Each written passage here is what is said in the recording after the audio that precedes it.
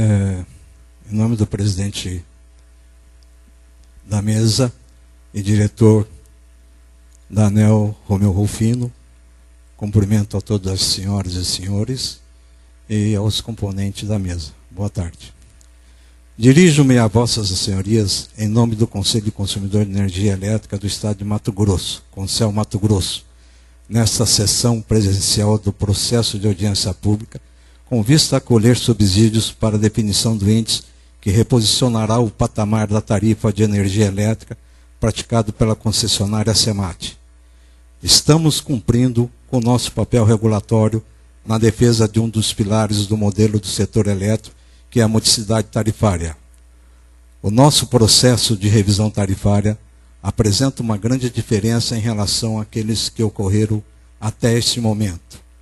Não há presença da iniciativa privada como agente interessada, mas sim a presença do Estado.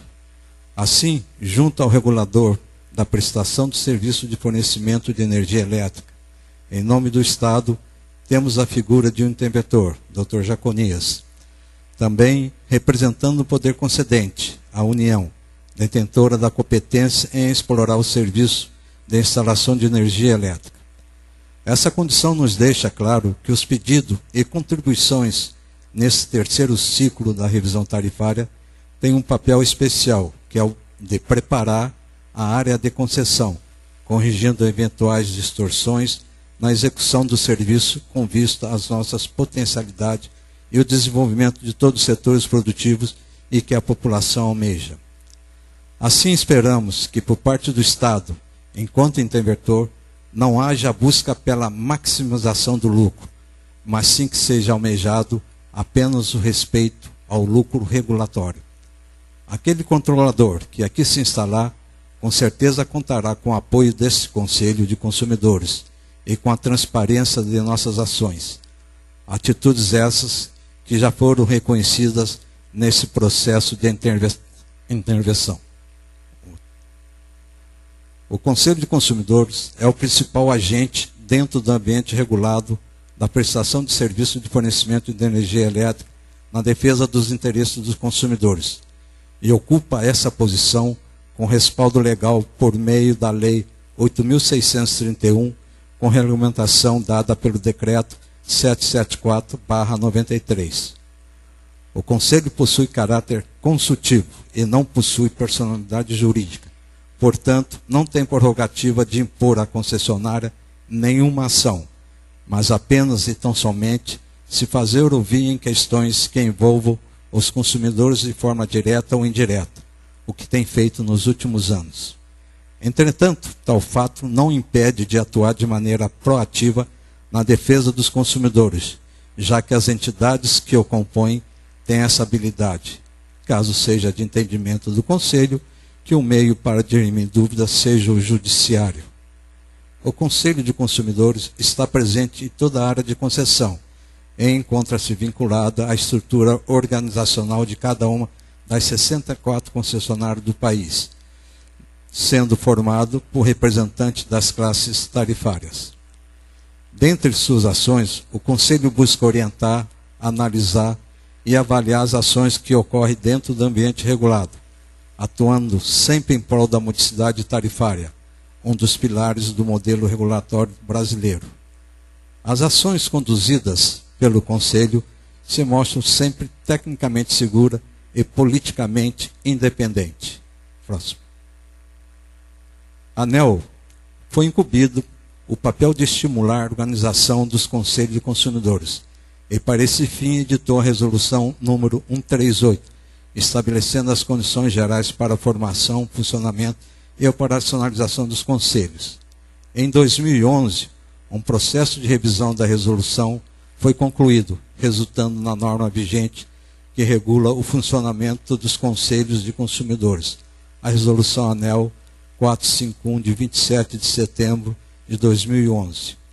A representatividade nesse conselho foi assegurada após a realização de audiência pública específica para esse fim, e que validou as entidades que o compõem. A representação institucional dentro do Conselho é feita pelas pelas entidades. Classe comercial, a Federação do Comércio do Estado do Mato Grosso, FEComércio. Classe residencial, a Federação Mato Grossense das Associações de Moradores de Bairro, FEMAB. Classe industrial, Federação das Indústrias do Estado de Mato Grosso, FIENTE. Classe rural, Federação da Agricultura e Pecuária do Estado de Mato Grosso, FAMATO. E classe poder público, Secretaria do Estado de Mato Grosso, representado pela Secretaria de Planejamento e Coordenação e Secretaria de Indústria, Comércio, Minas e Energia. Complementa nosso conselho o PROCON, que contribui de forma ativa nas discussões. A concessionária se faz presente por meio da secretária executiva, porém sem direito a voto. Próximo. Um dos pilares do modelo regulatório brasileiro é a aderência à realidade local de cada área de concessão, e nesse sentido o Conselho de Consumidores é o principal agente dentro do ambiente regulado da prestação de serviço de fornecimento de energia elétrica a cumprir com esse objetivo.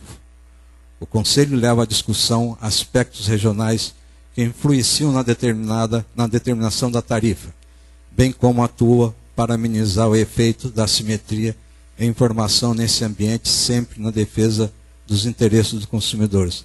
Esse aspecto até o Dr. Jaconias comentou vamos dizer aqui, das condições do Estado de Mato Grosso, ele que conhece tão bem o setor elétrico e vários outros estados, e reconhece que Mato Grosso realmente ela tem uma série de diversidade em relação aos outros.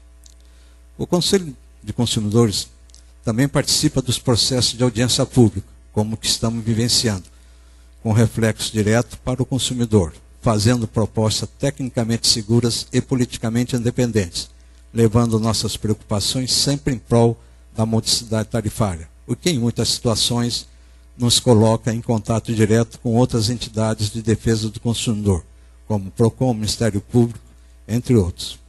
Além disso, os aspectos técnicos das decisões regulatórias nem sempre são assimiladas pelo consumidor comum, e assim o Conselho procura traduzir todo esse arcabouço técnico legal para um linguajar mais acessível, interagindo com outros conselhos para o exercício da melhor prática sempre que possível.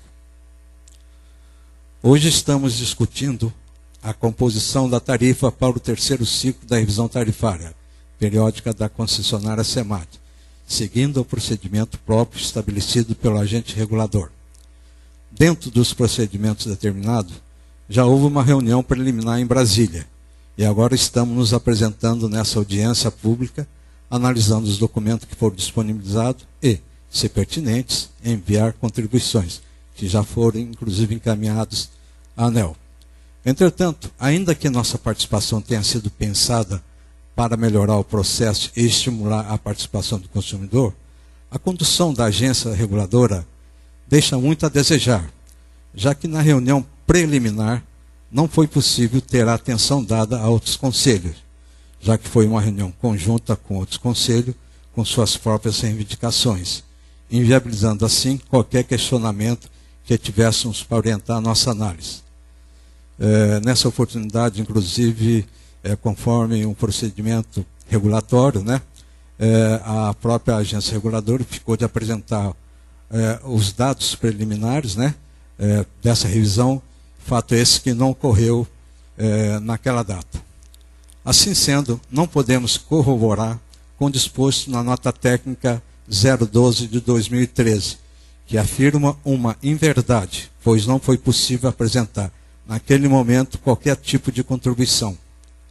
Além do tempo exíguo, uma semana, para tentar qualquer tipo de análise, os dados preliminares demoraram para ser disponibilizados de forma integral, deixando-nos em desvantagem, comparando com outros conselhos que não só tiveram suas reuniões de forma única, como também receberam dados mais completos desde o início do processo, mesmo quando a database era a mesma.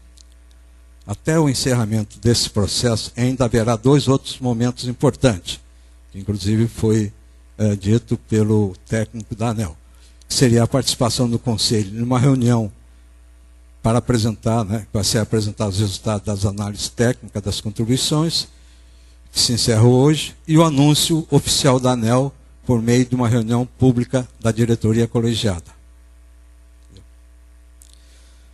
Um dos elementos que compõem esse processo de audiência pública é a qualidade do serviço prestado.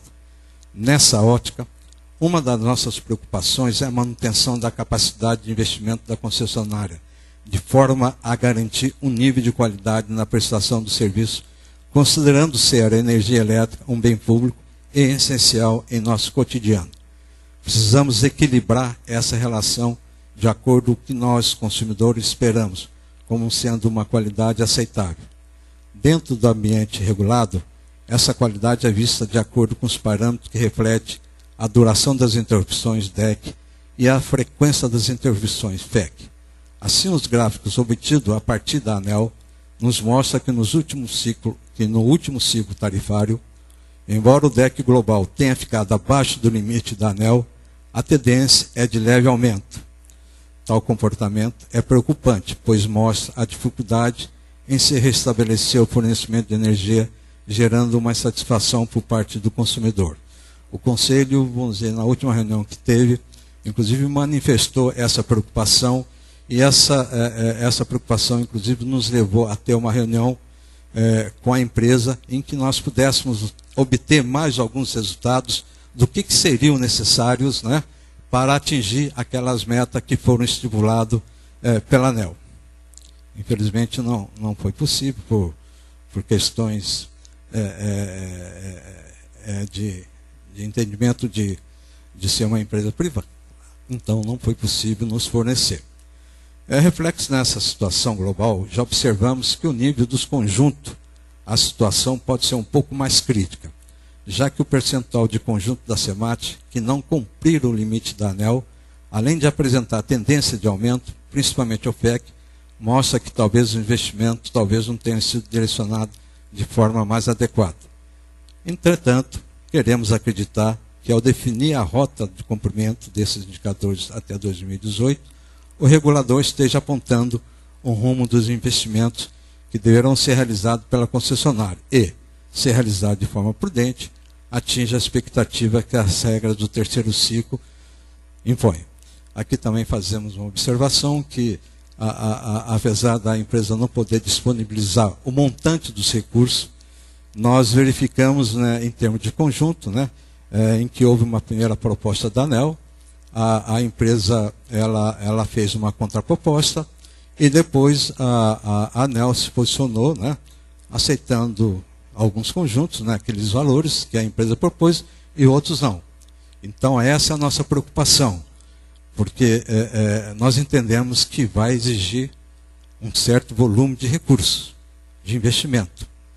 E isso pode, não nesse primeiro momento, e não vai refletir nessa revisão tarifária, mas a partir do próximo ano, isso pode ser refletido. E nós não sabemos o que pode ser refletido, o percentual que pode ser refletido, que vai para a tarifa. Outro ponto cuja discussão queremos trazer à audiência diz respeito ao horário de ponta adotado pela concessionária. Entendemos que essa seja uma liberalidade da concessionária. Porém, em consonância com as características do sistema que ela atende, assim, observando o perfil de carga, tem-se que ele é delimitado pelo comportamento da baixa tensão. Nós podemos verificar pelo gráfico ANEEL. Hoje, o horário de ponta em discussão está vamos dizer, definido, proposto pela ANEEL para o intervalo entre 18 horas e 21 horas. Entretanto, os investimentos devem ser realizados para atender o máximo da demanda, que pela curva apresentada já ocorreu por volta das 16 horas. Assim, entendemos que a manutenção desse horário de ponta, das 18 às 21 horas, não comprometerá a concessionária ou a tarifa de energia e servirá de incentivo para as mudanças de alta tensão previstas na Resolução 414, que impõe a extinção da modalidade A4 sem maiores reflexos para o consumidor. Se não me falha a memória, o horário de ponta hoje praticado pela empresa se não me engano, das 17h30 às 20h30.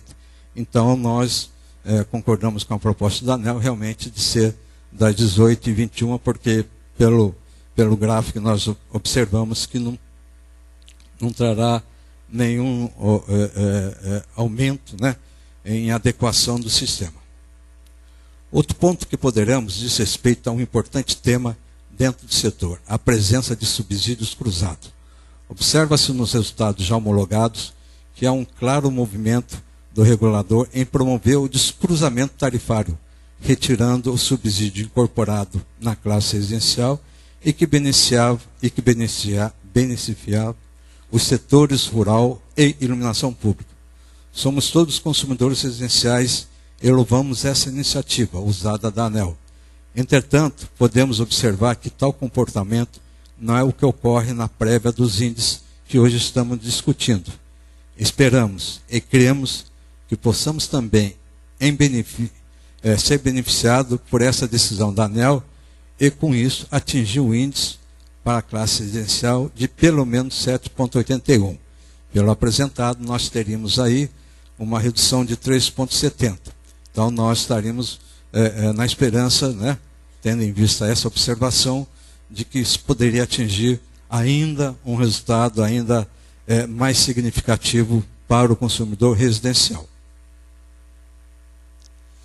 E, por fim, entendemos que foram importantes os ganhos que obtivemos com a Lei 2.783/2013, principalmente por assegurar que os ativos já depreciados devem ser retornados para a sociedade, na forma de redução da tarifa, seja por consequência de um processo de renovação, seja por um processo de licitação.